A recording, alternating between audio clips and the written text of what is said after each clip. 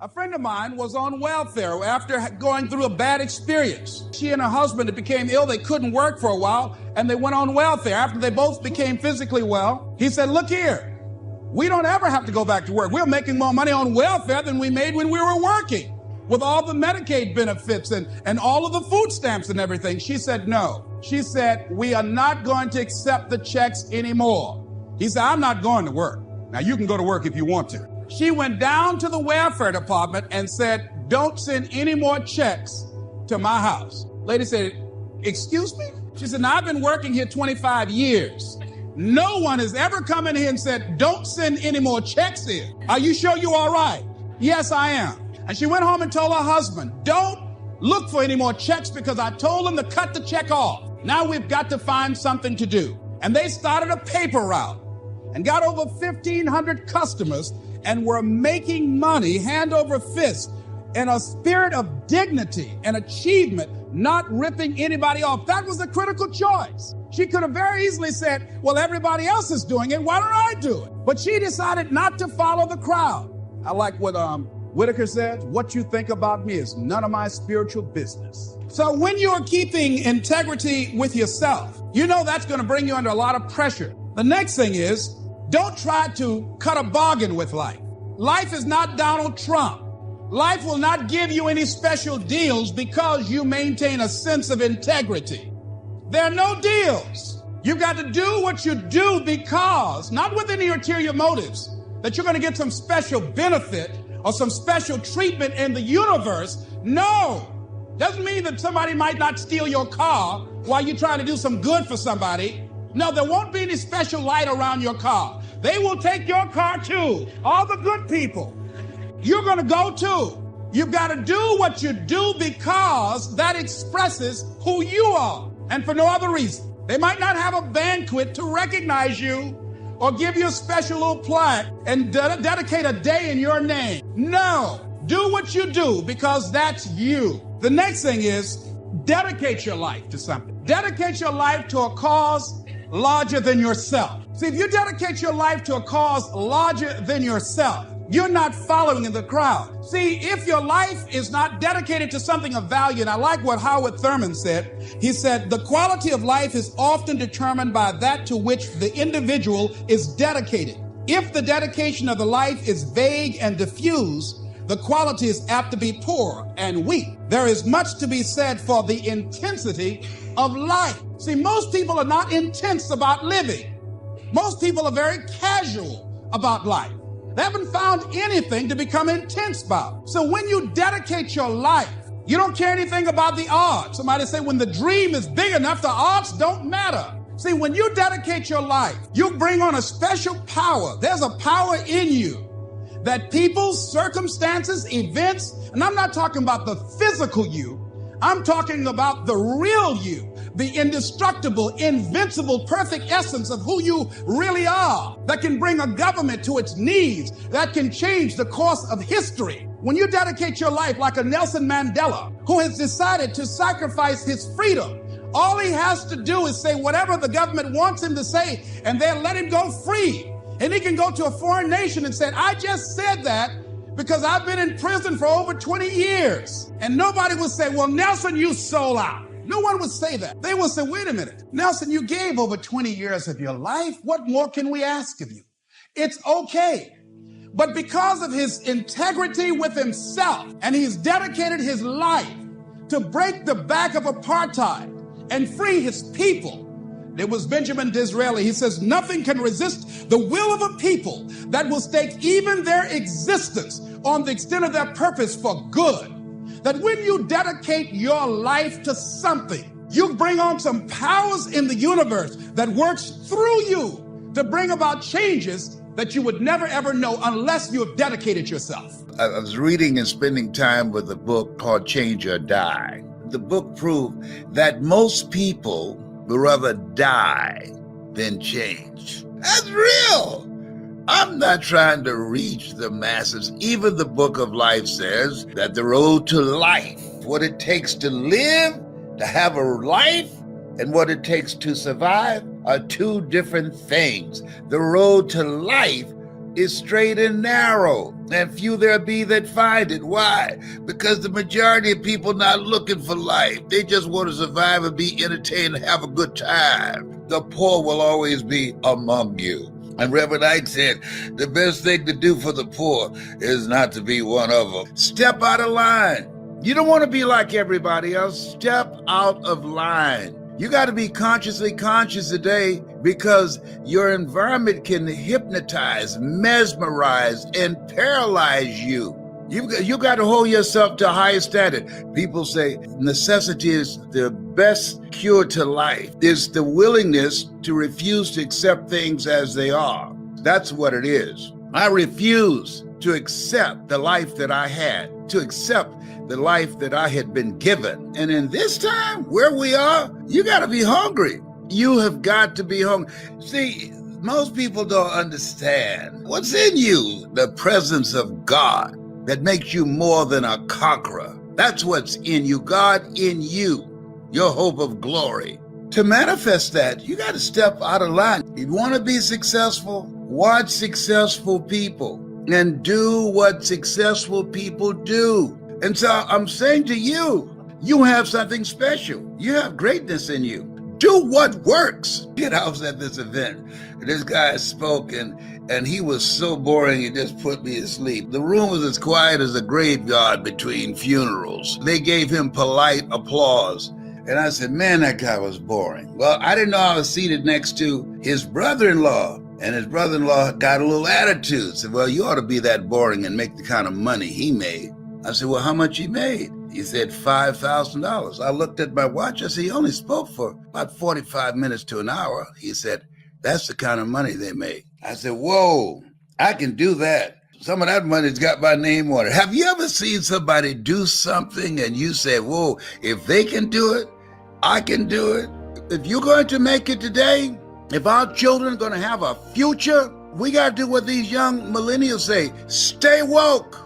This is the time to step up. This is the time to be actively engaged in finding ways in which you can use your talents, your abilities, and your skills to build a place for yourself in this new economy. When I was fired from radio, I had to find another way to use my talent, to use my voice, to take care of my family. I had to be willing to learn something new. If you do what works, then that is follow the money. And if you're willing to learn something new, the possibilities are unlimited as to what you can do. You watch successful people and do what they do. Invest in you. Learn something that can help you to begin to make the adjustment to the changes that's taken place in the economy. We have conveniences now that we've never had before. You can order food to your house, organic. Why? Because that's what time it is. When I was a kid, you got on an elevator, there's a person there that asked, what floor, please? And then technology came and it eliminated that person. We're going through something that's always been with us. Creative destruction. Something that was created to take over a certain position, and it destroyed what was there. That's been going on for a long time. That didn't just happen. They have technology to teach people how to speak. Yes, I want to see that artificial intelligence tell you their story and touch your heart and tell you the things that they've gone through and the setbacks they've had and what it means to be hungry and how they got fired from the job. You want to position yourself that what you bring is unique. What you bring is indispensable. Technology don't have a heart. Bet on you. Invest in you. Majority of people are not going to make it. Reverend Ike was right. The best thing to do for the poor is not to be one of them. Most people, because they're lazy, because they're are not willing to learn, they're hoping that the government will save them because of fear, because of doubt, they're stuck. And many of them waiting on God. And God is waiting on them. There's a difference between working hands and praying lips. I love what Mary McLeod Bethune said. Pray as if everything depends upon God, and work as if everything depends upon you. And so when you look at yourself, look at your goals and dreams, you want to do that which comes naturally to you. Something that you can do with your eyes closed. I love helping people. That's what I do. I love making you feel good. I love inspiring you. Challenge yourself. Let me share something with you. You now need it more than ever before because there are people going through tough times. We were poor, but we didn't know it. We didn't know it. Now, why do I say that you have greatness in you? Life is about evolving. See, we've been trained to do something that we were not meant to be. We've been trained for the mindset of a job, the journey of the broke. And when you retire on 40%, which wasn't enough in the first place. You are supposed to evolve. That's what life is about, evolving. I was a disc jockey.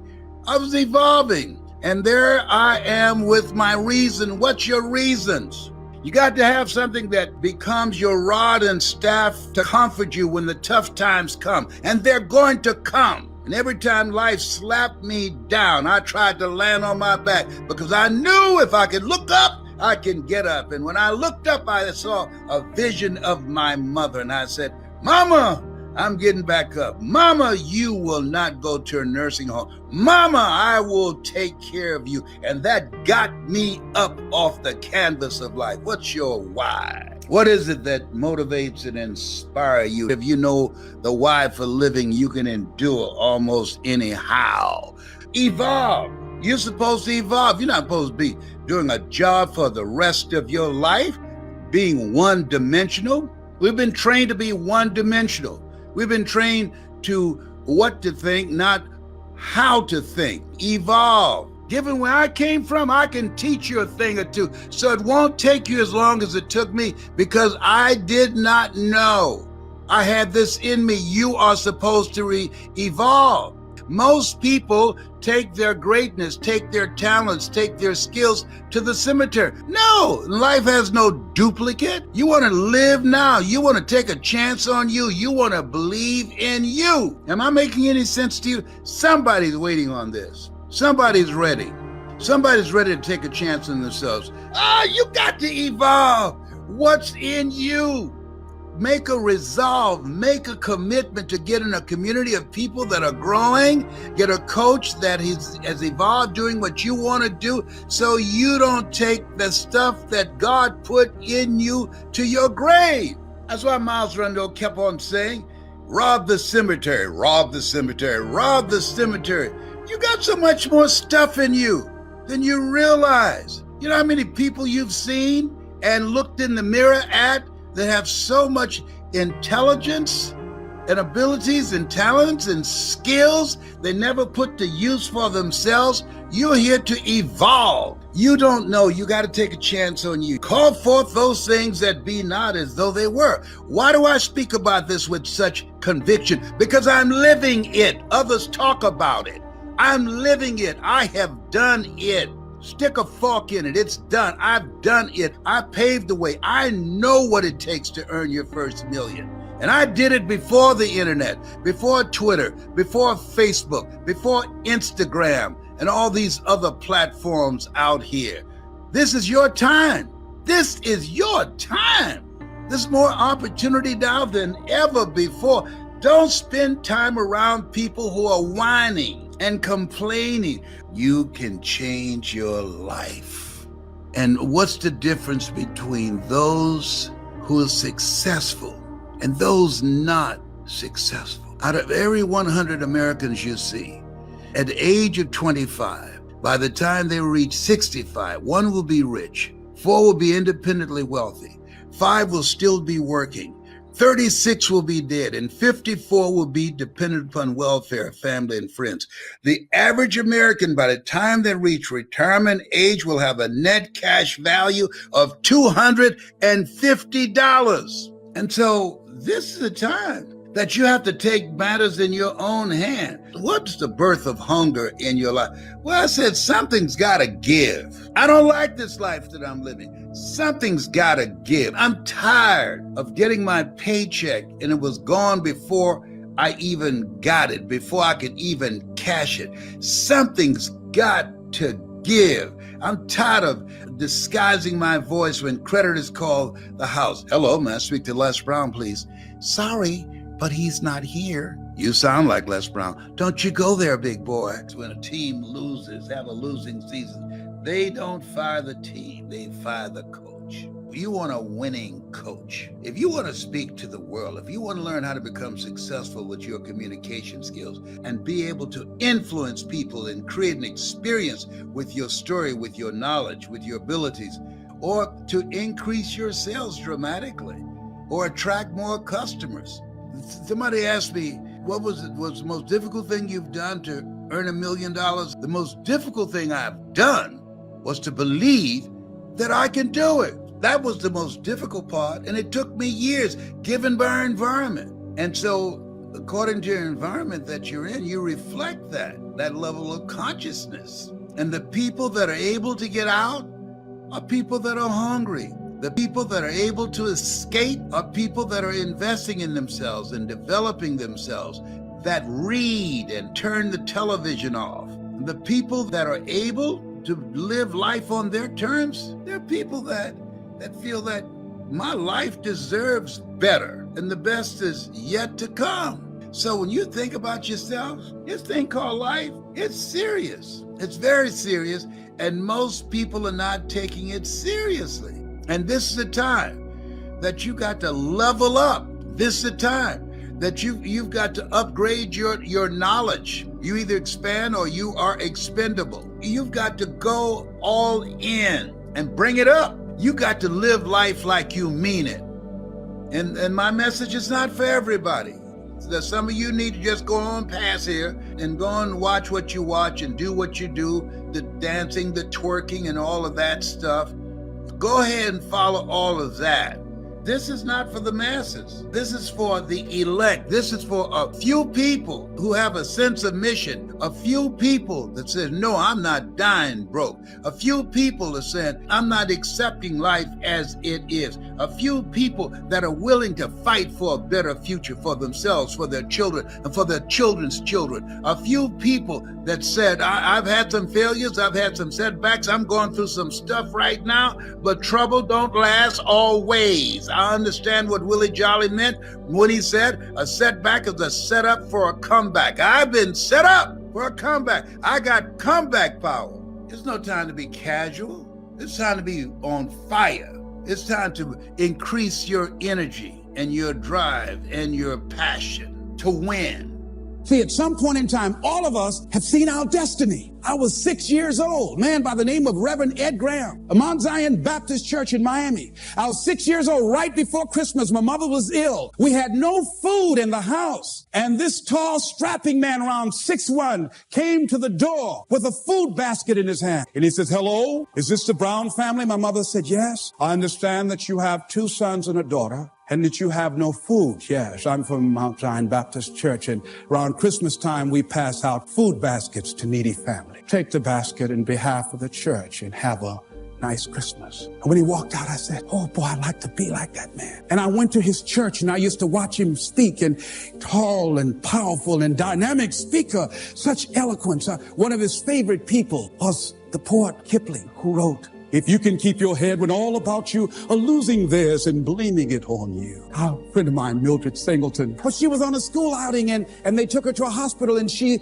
was in the operating room watching from a distance, and she saw someone working or doing eye surgery. She says, that's what I want to do. She's just a teenager, and today she's an ophthalmologist. All of us have seen our destiny at some point in time, and we decided not to listen. We decided to ignore it and say, no, that's not for me. Life came in and slapped us side the head, and we stopped dreaming anymore. The impulse to dream has been slowly beaten out of me through the experience of life.